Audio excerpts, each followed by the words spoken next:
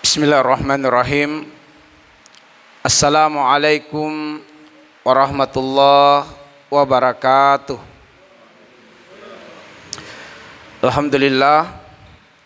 Alhamdulillahirabbil alamin.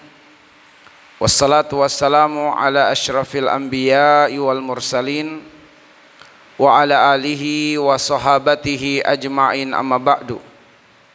Allahumma anfa'na bima 'allamtana wa 'allimna ma yanfa'una wa zidna ilman. Walhamdulillah ala kulli hal wa na'udzu billahi min hali ahlin nar.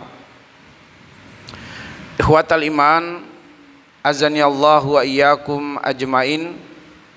Selalu kita berharap dan terus berdoa kepada Allah Subhanahu wa taala melalui keberkahan kita berkumpul di rumahnya yang mulia dan penuh berkah ini, melalui keberkahan kita bersilaturahmi dan bermajelis ilmu, melalui keberkahan hujan deras yang turun. Semoga Allah Subhanahu wa taala menjadikan pertambahan usia kita hari ke hari disertai dengan bertambah ilmu, bertambah amal soleh, dan bertambah dekat dengan Allah Subhanahu wa ta'ala. Semoga Allah menyempurnakan amal soleh kita, mengampunkan dosa, kesalahan, khilafan, kealpaan kita semua. Dan semoga Allah merezekikan kita semua menutup usia dalam keadaan husnul khotimah. Dan semoga kita semua insya Allah dikumpulkan di tempat terbaik di akhirat, di dalam surga Allah Subhanahu wa taala. Ma'asyiral muslimin, azani Allah wa iyyakum ajmain. Alhamdulillah, di hari Ahad yang pertama di bulan Desember ini, meskipun diguyur hujan, kita dimudahkan oleh Allah Subhanahu wa taala untuk kembali meramaikan rumah Allah, untuk bermajelis ilmu, untuk kita semakin mengenal Allah Subhanahu wa taala. Ketahuilah bahwa perjuangan dalam upaya menghadiri majelis ilmu merupakan jihad di jalan Allah Subhanahu wa taala. Sebagaimana Rasulullah sallallahu alaihi wasallam bersabda dalam riwayat Imam At-Tirmizi, dan hadis ini adalah hadis yang hasan. Kata Rasulullah, man kharaja li talibil ilmi fahuwa fi sabilillah hatta yarji'a. Siapa yang keluar dari rumahnya untuk tujuan ilmu, maka sungguh dia telah berjihad di jalan Allah Subhanahu wa taala sampai dia kembali ke rumahnya. Di antara jihad yang kita jalani atau yang kita lakoni dengan perjalanan menuntut ilmu adalah al-jihadu ala nafsi wal jahli, yaitu jihad untuk menundukkan syahwat kita dan jihad untuk melepaskan pakaian kebodohan yang mewarnai kehidupan kita. Inilah yang disebutkan oleh Imam Ibnul Qayyim Al-Jauziyah rahimahullahu ta'ala, bahwa jihad itu ada 4. Yang pertama, al-jihadu ala nafsi wal jahli, jihad menundukkan hawa nafsu agar kecondongan hawa nafsu pada perkara yang Allah cintai dan Allah ridhoi, serta berjihad untuk melepaskan pakaian kebodohan. Jihad yang kedua adalah al-jihadu ala syaitan, yaitu jihad melawan setan. Dan setan itu yahjumul insan bisilahain, menyerang manusia dengan 2 senjata, yaitu syahwat dan syubhat. Lalu kemudian yang ketiga, al-jihadu alal kuffar wal munafikin, yaitu jihad melawan orang-orang kafir dan juga orang-orang munafik. Dan kemudian yang keempat, al-jihadu alal bid'at wal munkarat, yaitu jihad dalam memerangi beragam praktek bid'ah dan juga kemungkaran. Ma'asyiral muslimin, dalam kaitannya dengan apa yang kita lakukan pada malam yang sangat berbahagia ini adalah al-jihadu ala nafsi wal jahli, yaitu kita belajar bagaimana kita jadikan kecondongan syahwat kita pada perkara yang Allah cintai dan Allah ridhoi, yaitu dengan kita meniti jalan-jalan ilmu dan agar supaya kita melepaskan pakaian kebodohan. Maka semoga Allah Subhanahu wa taala menjadikan hati kita senantiasa tunduk dengan syariatnya, dan Allah Subhanahu wa taala tumbuhkan rasa takut di hati kita kepadanya. Dan semoga Allah Subhanahu wa taala melepaskan pakaian kebodohan yang telah mewarnai kehidupan kita. Ikhwatal iman, ahibba azanillahu wa iyyakum ajmain.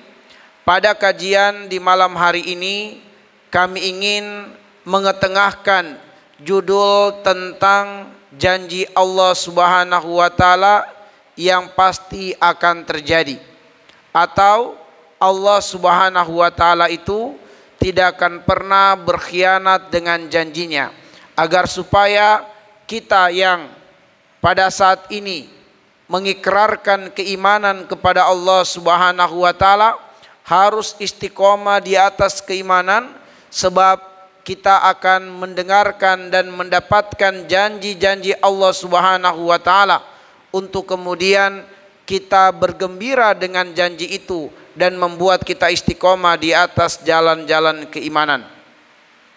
Maka dalam upaya untuk menambah keimanan kita kepada Allah Subhanahu wa taala, khususnya berkenaan dengan janji-janji Allah Subhanahu wa taala, maka kami mengajak antum semua untuk mengambil ibrah, pelajaran, tafakur dan tadabbur dari firman Allah Subhanahu wa taala di dalam surah Al-Qasas, surah yang ke-28 ayat yang ke-7.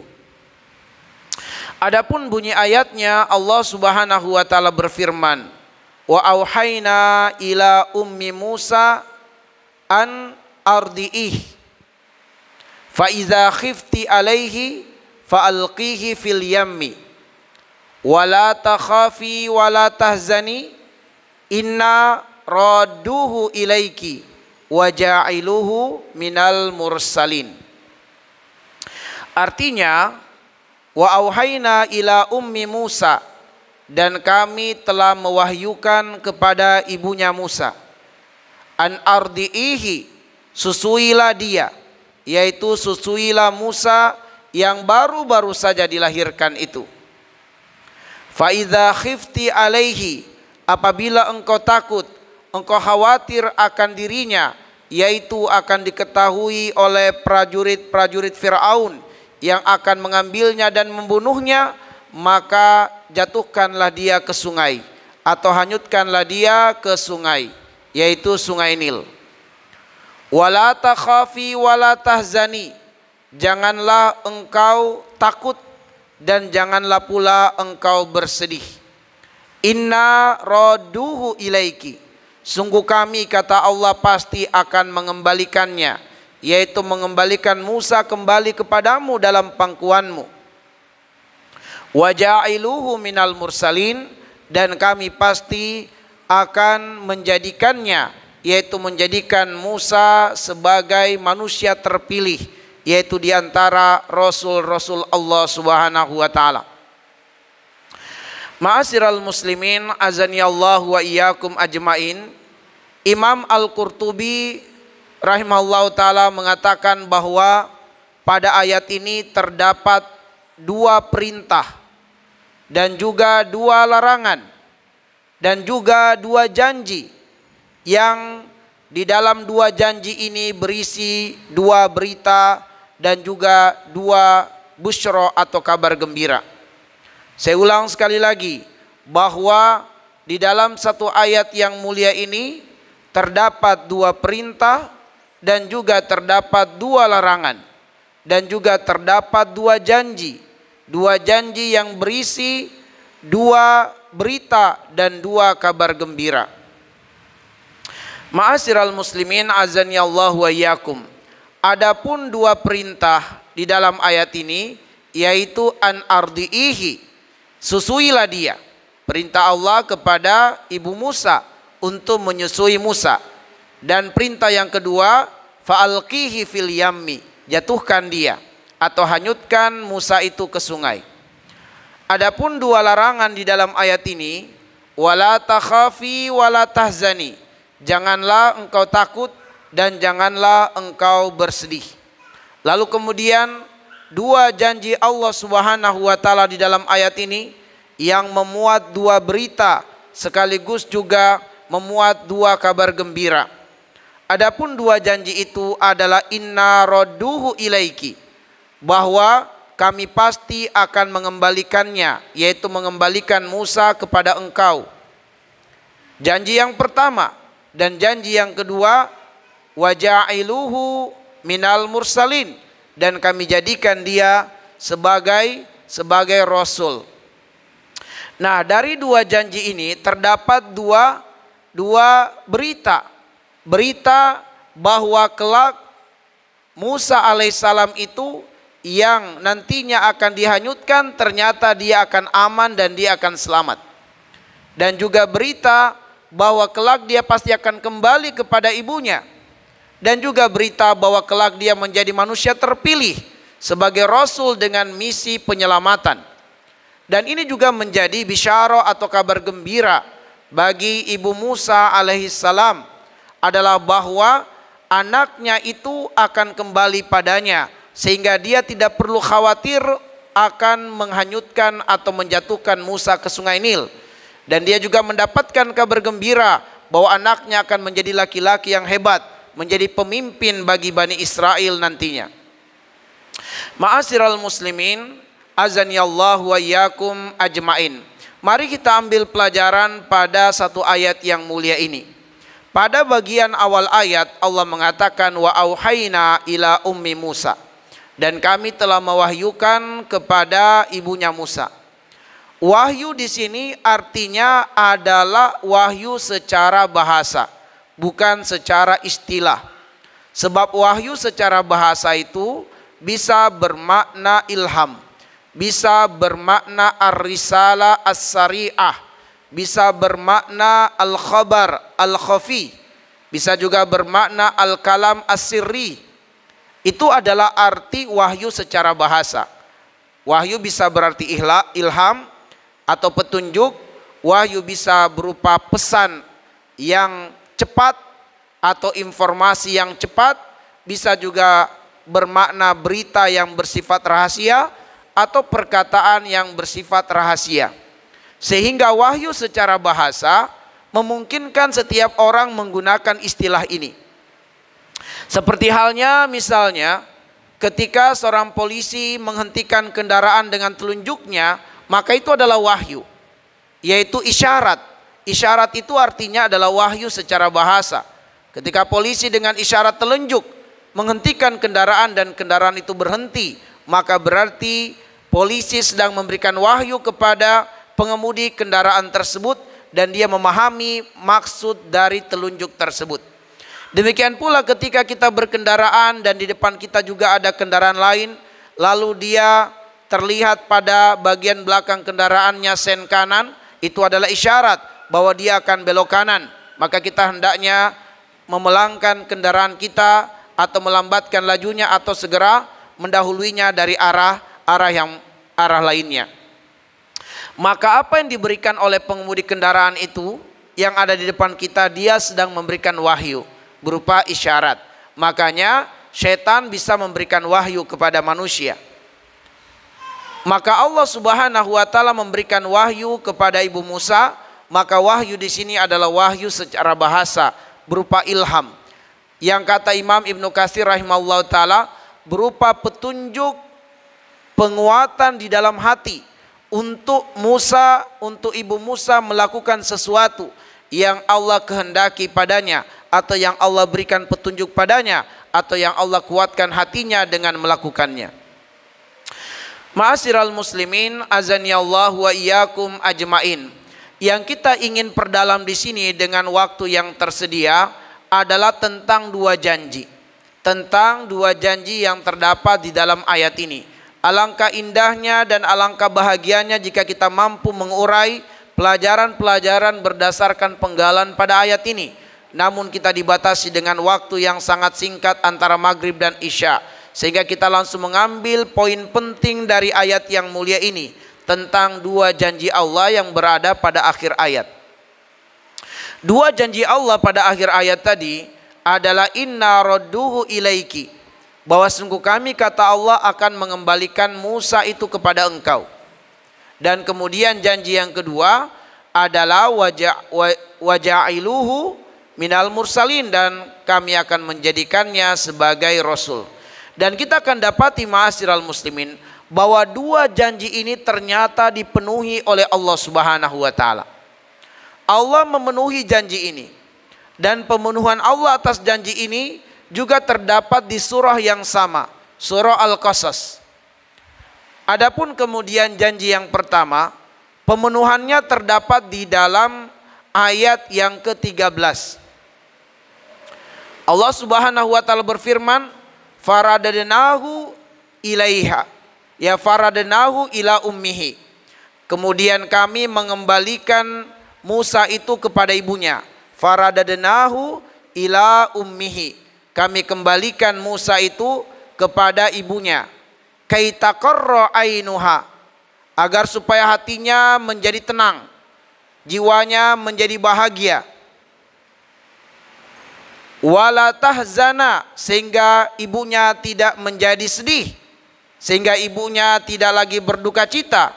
Dan yang paling penting, walita'lama anna wa'dallahi haqqun walakinna aktsarahum la ya'lamun.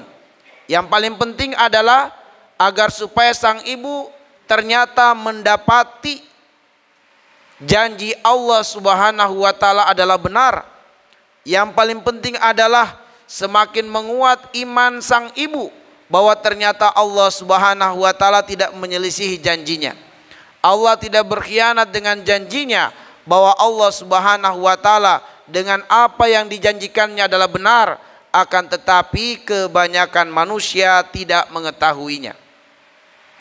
Lalu kemudian janji Allah yang kedua kita dapati di dalam surat yang sama, surat Al-Qasas, di ayat yang ke-30.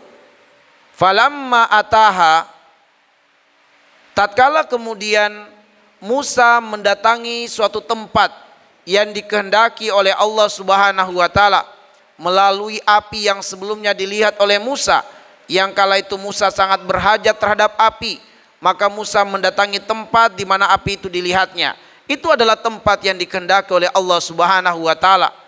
Ketika Musa sampai pada tempat tersebut, dia kemudian diseru oleh Allah Subhanahu wa taala, min syati'il wadil aimani fil buqatil mubarakati minasyajarah ayya Musa inni anallahu rabbul alamin.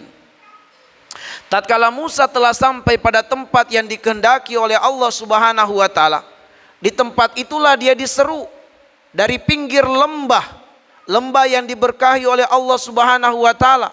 Pada sebuah pohon terdengarlah seruan dari Allah Subhanahu wa taala. Seruan kepada Musa alaihissalam, inni anallah, wahai Musa, sesungguhnya aku adalah Allah, Rabbul alamin, Rabb yang menciptakan alam semesta ini dan yang memelihara alam semesta ini. Ma'asyiral muslimin azani Allah wa iyyakum, para ulama tafsir menjelaskan bahwa ayat ini ayat yang menjelaskan dan menegaskan bahwa Musa alaihissalam diangkat oleh Allah sebagai Rasul, dilantik oleh Allah sebagai Rasul. Dia dipanggil melalui petunjuk sehingga Musa mendatangi petunjuk itu berupa api yang dilihatnya. Dan dia mendekati ke api itu, dan disitulah kemudian terdengar seruan dari Allah, dan Allah melantiknya, mengangkatnya sebagai Rasul. Ma'asyiral muslimin, kita tentu tidak akan mengurai sejarah dan pelajaran tentang kekejaman Fir'aun terhadap Bani Israel, dan kemudian apa yang menyebabkan ibunda Musa menghanyutkan Musa ke sungai sesuai dengan perintah Allah kepadanya. Insya Allah dengan kita membuka tafsir Ibnu Katsir kita akan menemukan kisah lengkapnya. Pada kesempatan ini sekali lagi kita hanya akan mengambil pelajaran dengan mendalami tentang janji Allah Subhanahu wa taala. Bahwa apa yang Allah janjikan kepada Ibu Musa ternyata dikabulkan oleh Allah, dipenuhi oleh Allah Subhanahu wa taala. Karena Allah Subhanahu wa taala tidak akan pernah berkhianat dengan janjinya. Ma'asyiral muslimin, kalau kita perhatikan bahwa Allah menjanjikan kepada Ummi Musa atau kepada Ibu Musa dalam kondisi Ibu Musa ditimpa dengan kegalauan, ditimpa dengan kesedihan, ditimpa dengan ketakutan. Sehingga janji Allah ini merupakan visi yang harus diyakini dan diimani oleh Ibu Musa.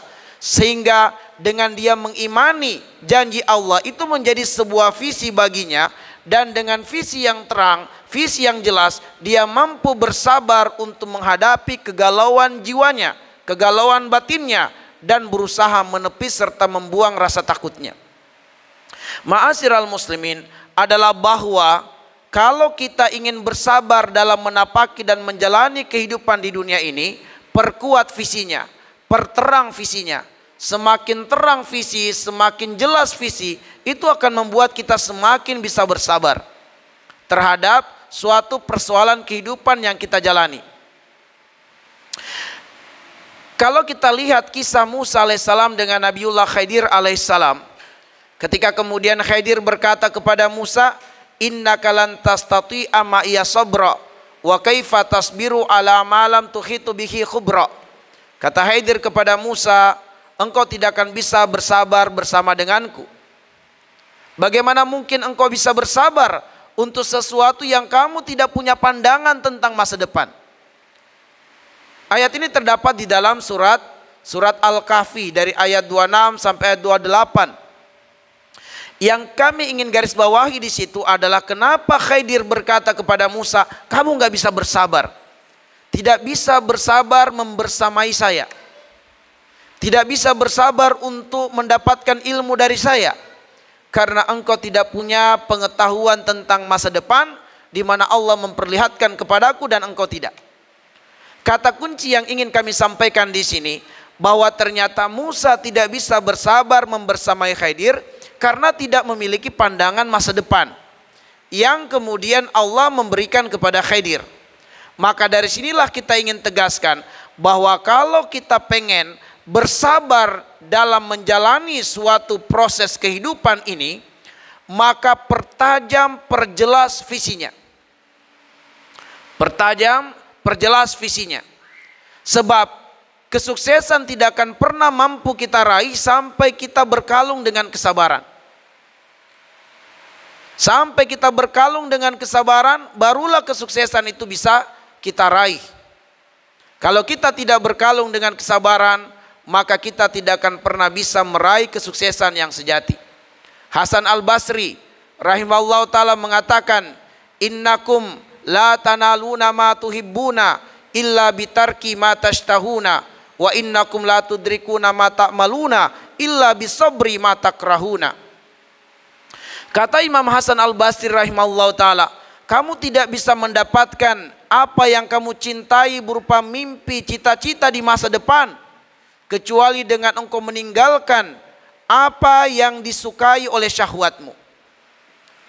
Selagi kamu belum bisa meninggalkan apa yang dicintai oleh syahwatmu, kamu tidak akan pernah bisa meraih mimpi indahmu di masa depan. Wa innakum la tudrikuna ma ta'maluna illa bisabri ma takrahuna.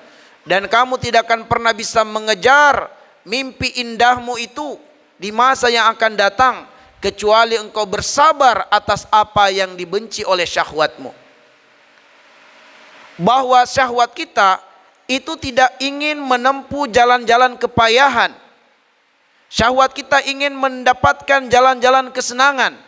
Sementara ilmu ini untuk mendapatkannya membutuhkan kepayahan, membutuhkan kesulitan, membutuhkan biaya, dan syahwat kita tidak suka dengan itu semua. Maka kalau kita tidak bersabar atas apa yang dibenci oleh syahwat ini, kita tidak akan mendapatkan ilmu. Syahwat kita tidak mau kita duduk seperti ini. Syahwat kita pengennya nonton. Syahwat kita pengennya main game jam-jam sekarang ini. Kalau kita tidak bersabar atas apa yang dibenci oleh syahwat kita ini, kita nggak akan mendapatkan kesuksesan. Musa alaihissalam berkata kepada muridnya, "Atina goda'ana, laqad laqina min safarina hadza nasaba." Datangkanlah bekal makan siang, sebab telah kita jumpai dalam perjalanan mencari ilmu ini kepayahan. Jadi, dalam perjalanan menuntut ilmu ada kepayahan, ada kesulitan, dan selain itu juga membutuhkan bekal, membutuhkan biaya. Maka cintailah kepayahan dan kesulitan dalam menuntut ilmu.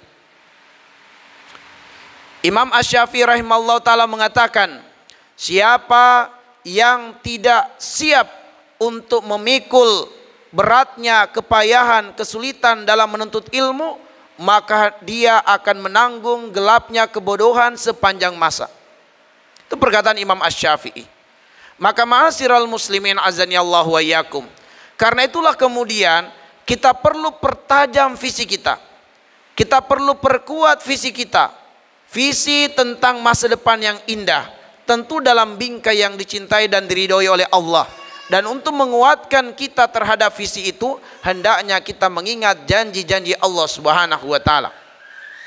Apa yang membuat kita bisa istiqomah di atas jalan takwa?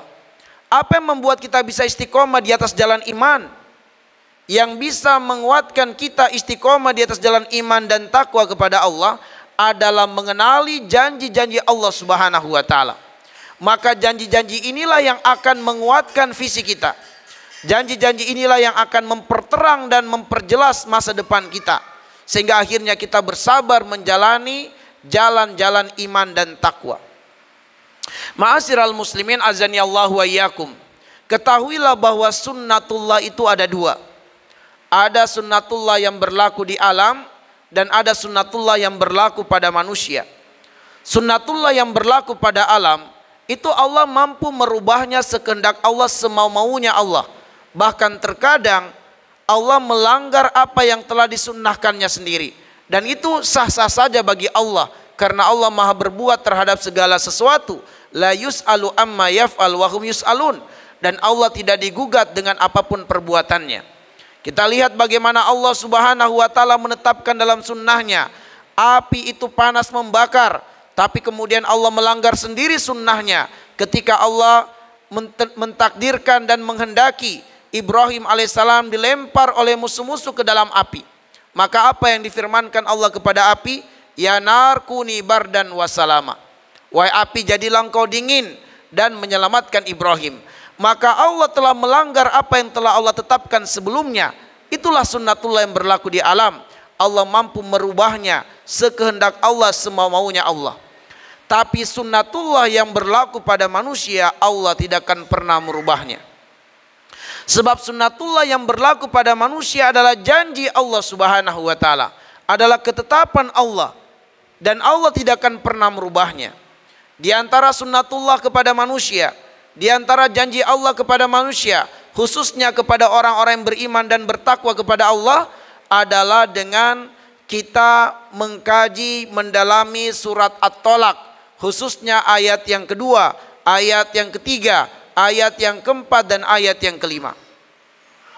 Kita akan dapati janji Allah di situ bagi orang-orang yang beriman dan bertakwa kepada Allah. Janji Allah di dunia dan juga janji Allah di akhirat. Menarik dan uniknya surat At-Tolak, surat yang ke-65 ini adalah bahwa hanya pada surat At-Tolak terdapat pengulangan 3 kali lafaz wa may yattaqillaha. Tidak terdapat pada surah yang lainnya. Hanya pada surat At-Tolak terdapat pengulangan lafaz wa may yattaqillaha, dan berulang sebanyak 3 kali, dan tidak terdapat pada surah-surah lainnya. Justru pada pengulangan itulah, kata para mufassir, kita bisa mengungkap apa janji Allah kepada orang-orang yang beriman, kepada orang-orang yang bertakwa kepada Allah Subhanahu wa taala. Di ayat yang kedua Allah mengatakan, "Wa may yattaqillaha yaj'al lahu makhraja." Siapa yang bertakwa kepada Allah Subhanahu wa taala, maka Allah Subhanahu wa taala akan membukakan jalan keluar dari seluruh persoalan-persoalan kehidupannya. Wa yarzuqhu min haitsu la yahtasib, dan Allah akan datangkan rezeki dari berbagai arah yang tidak disangka-sangkanya. Wa man yatawakkal 'ala Allahi fahuwa hasbuh, siapa yang bertawakal kepada Allah, Allah akan cukupkan hajatnya. Lalu di ayat yang keempat Allah mengatakan, wa may yattaqillaha yaj'al lahu min amrihi yusra, siapa yang bertakwa kepada Allah, Allah jadikan semua urusan-urusannya menjadi mudah. Lalu di ayat yang kelima, wa may yattaqillaha yukaffir anhu sayyi'atihi wa yu'zim lahu ajra, siapa yang bertakwa kepada Allah Subhanahu wa taala, yukaffir anhu sayyi'atihi, akan diampunkan dosa-dosanya, wa yu'zim lahu ajra, dan akan diberikan balasan yang terbaik. Ma'asyiral muslimin, kata para mufasir bahwa ayat yang kedua, yang ketiga, dan yang keempat ini merupakan janji Allah berupa janji kebahagiaan bagi orang-orang yang beriman dan bertakwa di dunia ini.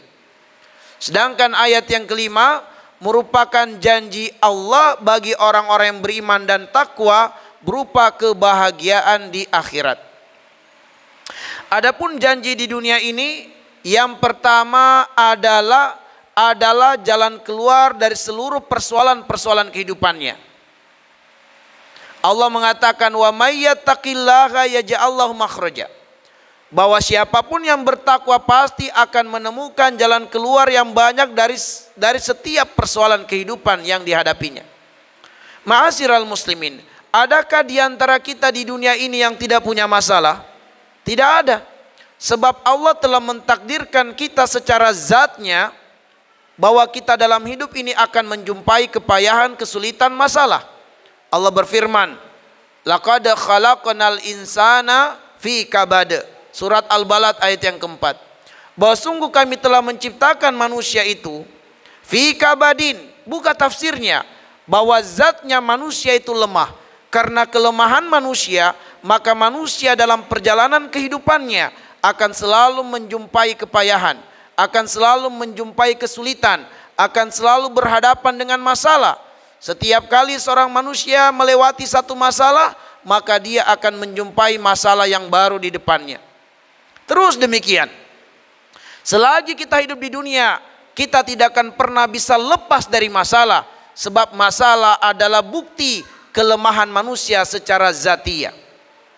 Ma'asyiral muslimin azanillahu wa iyyakum ajmain. Namun kebingungan akan dirasakan oleh orang-orang yang tidak mengenal Allah Subhanahu wa taala, yang tidak beriman dan tidak bertakwa kepada Allah. Mereka akan berputus asa dalam kehidupan ini. Sedangkan mereka yang mengenal Allah, mereka yang beriman dan bertakwa kepada Allah akan selalu optimis dalam hidupnya.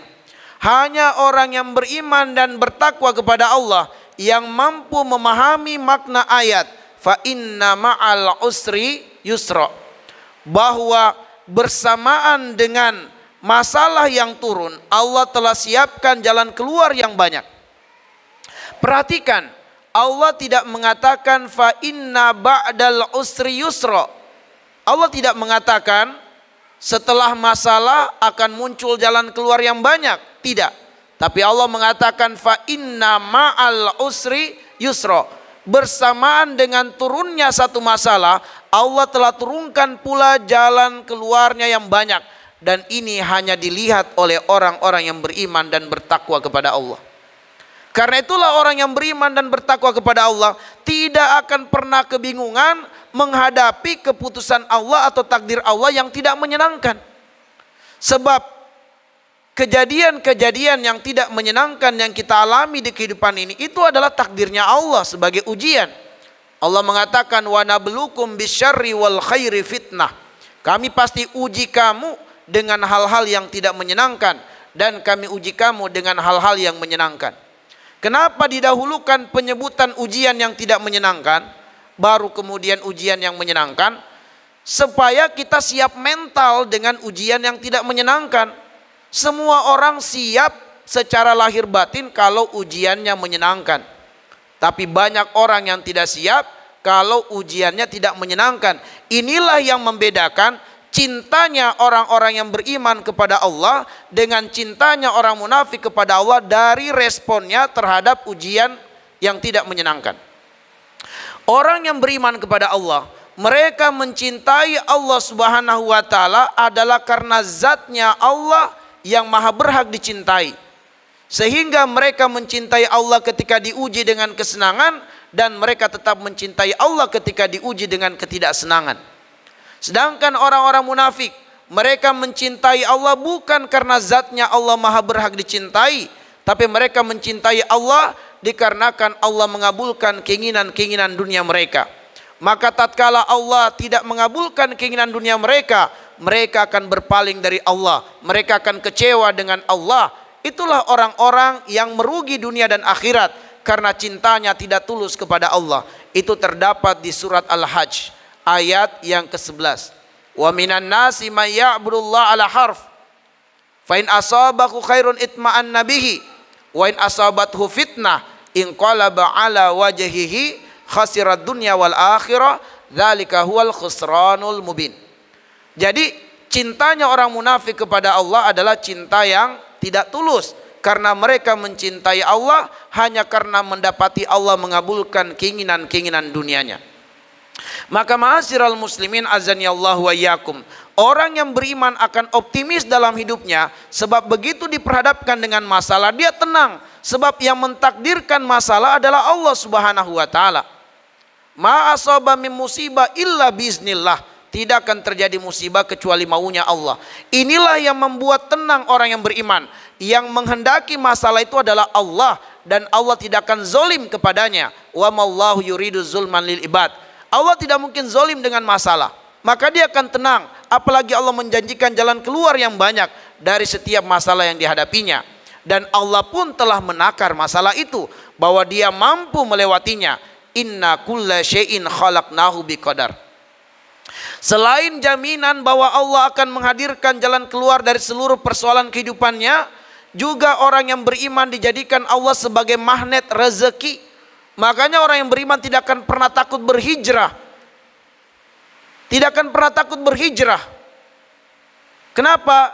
Karena Allah menjadikannya sebagai magnet rezeki. Dia tidak takut untuk meninggalkan pekerjaan-pekerjaan yang haram, sebab rezekinya di tangan Allah Subhanahu wa taala, bukan di tangan pekerjaannya. Bukan di tangan bosnya yang mempekerjakannya, bukan di tangan kantor yang mengurusi gajinya, tapi rezekinya di tangan Allah Subhanahu wa taala. Maka dia akan selalu berani mengambil keputusan yang Allah cintai dan Allah ridhoi, dan Allah menjadikannya magnet rezeki. Sehingga bukan dia yang mencari rezeki, tapi rezeki yang akan mencarinya. Dikarenakan dia tidak mengetahui rezekinya di mana, tugasnya hanyalah berikhtiar, tapi rezeki mengetahui keberadaannya, sehingga dimanapun dia berada, di mana dia berusaha, di situ akan datang rezeki, sebab dia menjadi magnet rezeki. Tapi tidak akan menjadi magnet rezeki kalau seseorang belum sikoh dengan Allah. Makanya untuk menjadi magnet rezeki harus optimis dulu jiwanya, harus husnuzonnya kuat dulu dengan Allah. Dia harus mengimani janji Allah bahwa Allah akan menghadirkan jalan keluar, barulah dia akan menjadi magnet rezeki. Maka orang yang tidak optimis dalam hidup tidak bakal jadi magnet rezeki dalam hidupnya. Dia mesti optimis dalam hidup, sikoh dengan Allah, rezekinya di tangan Allah, barulah kemudian dia menjadi magnet rezeki. Ma'asyiral muslimin, tapi kata kunci untuk bisa mengenali Allah, kata kunci untuk bisa optimis dalam dekat kepada Allah Subhanahu wa taala adalah bergantung kepada Allah, bertawakal kepada Allah. Maka ma'asyiral muslimin, apapun hajat kita di dunia ini, jawabannya ada pada Allah. Sehingga kita tidak perlu bergantung kecuali hanya kepada Allah. Allahus Somad, Allah tempat bergantung kepadanya segala sesuatu, dan segala sesuatu membutuhkan Allah Subhanahu wa taala. Apabila kita sakit, maka solusinya ada pada Allah, karena Allah Asy-Syafi. Kesembuhan kita bukan di tangan dokter, tapi di tangan Allah.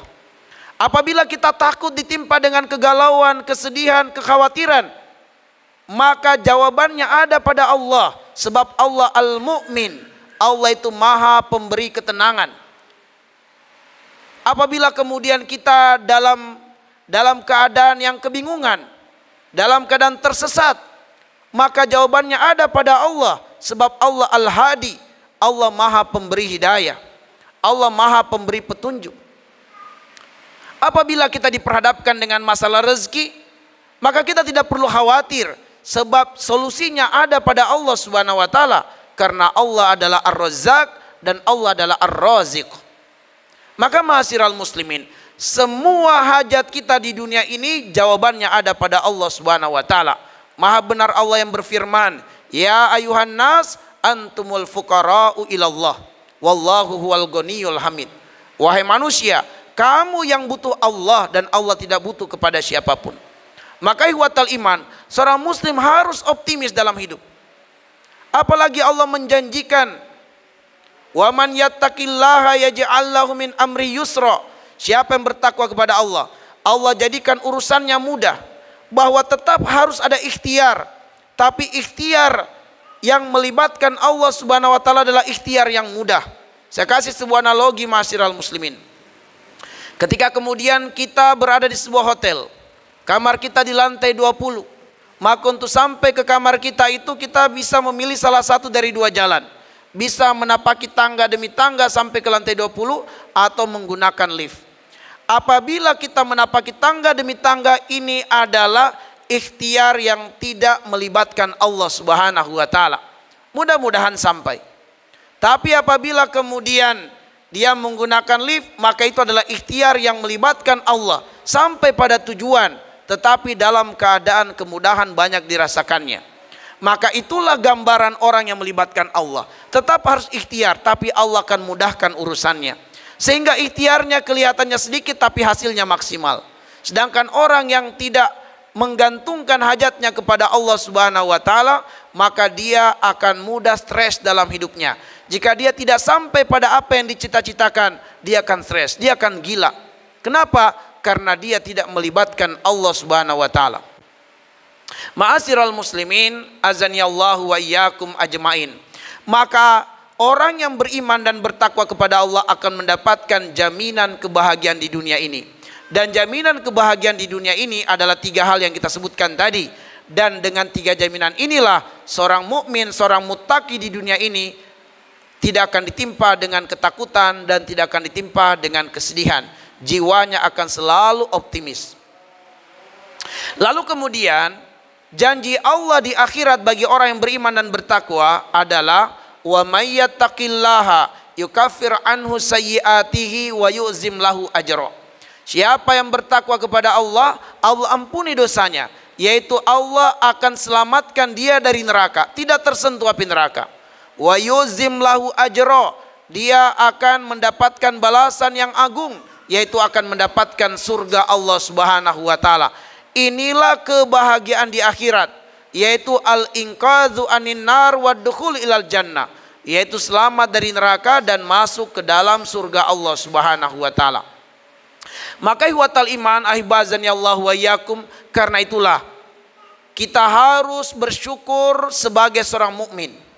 Kita harus bersyukur ketika kita berada di atas jalan-jalan takwa kepada Allah, dan kita bersabar atas segala kepayahan dan kesulitan yang kita hadapi. Dan untuk memperkuat kesabaran itu, maka baguskan husnuzon kepada Allah Subhanahu wa taala. Betul ada ketidaknyamanan dalam perjuangan di jalan Allah, tetapi ketidaknyamanan inilah yang akan semakin membuat kita bergantung kepada Allah. Hikmah terbesar dari adanya masalah dalam hidup supaya kita sadar bahwa kita butuh Allah Subhanahu wa taala. Lihatlah Ummi Musa alaihissalam ditimpa dengan kegalauan dan kesedihan, ketakutan, kekhawatiran. Tapi tatkala kemudian dia bersandar kepada Allah akan urusannya, dia libatkan Allah, dia husnuzon kepada Allah Subhanahu wa taala, dia kemudian melepaskan Musa alaihissalam dengan keyakinan bahwa Allah tidak akan berkhianat dengan apa yang Allah janjikan. Dan Allah tidak ditimpa dengan rasa kantuk apalagi tidur, sehingga Allah mengetahui segala kejadian dan kejadian, dan Allah Maha tahu solusi terbaik dalam setiap persoalan kehidupan yang dirasakan, dialami, dihadapi oleh hamba-hambanya. Karena itulah ikhwatal iman ahibazani Allah wa iyyakum, kami mengajak diri kami dan antum semua untuk kita baguskan husnuzon kita kepada Allah. Kita baguskan persangkaan baik kita kepada Allah. Kenali janji-janji Allah supaya kita semakin kuat di dalam menapaki jalan iman dan jalan takwa. Dan karena itulah urgensinya kita perlu untuk senantiasa bersungguh-sungguh di dalam kajian Asmaul Husna supaya kita semakin mengenal Allah. Dan insya Allah setiap hari Ahadnya di masjid kita ini antara maghrib dan isya kita akan menjelaskan, menguraikan kajian tentang Asmaul Husna supaya kita semakin dekat dengan Allah, kedekatan yang melahirkan kesadaran untuk melaksanakan perintahnya dan meninggalkan larangannya. Nakhtafi bihadzal qadar, nas'alullah ayyaj'alana minal ladzina yastami'una al-qawla wa yattabi'una ahsana. Subhanakallahumma wa bihamdik asyhadu an la ilaha illa anta astaghfiruka wa atubu ilaik. Assalamualaikum warahmatullahi wabarakatuh.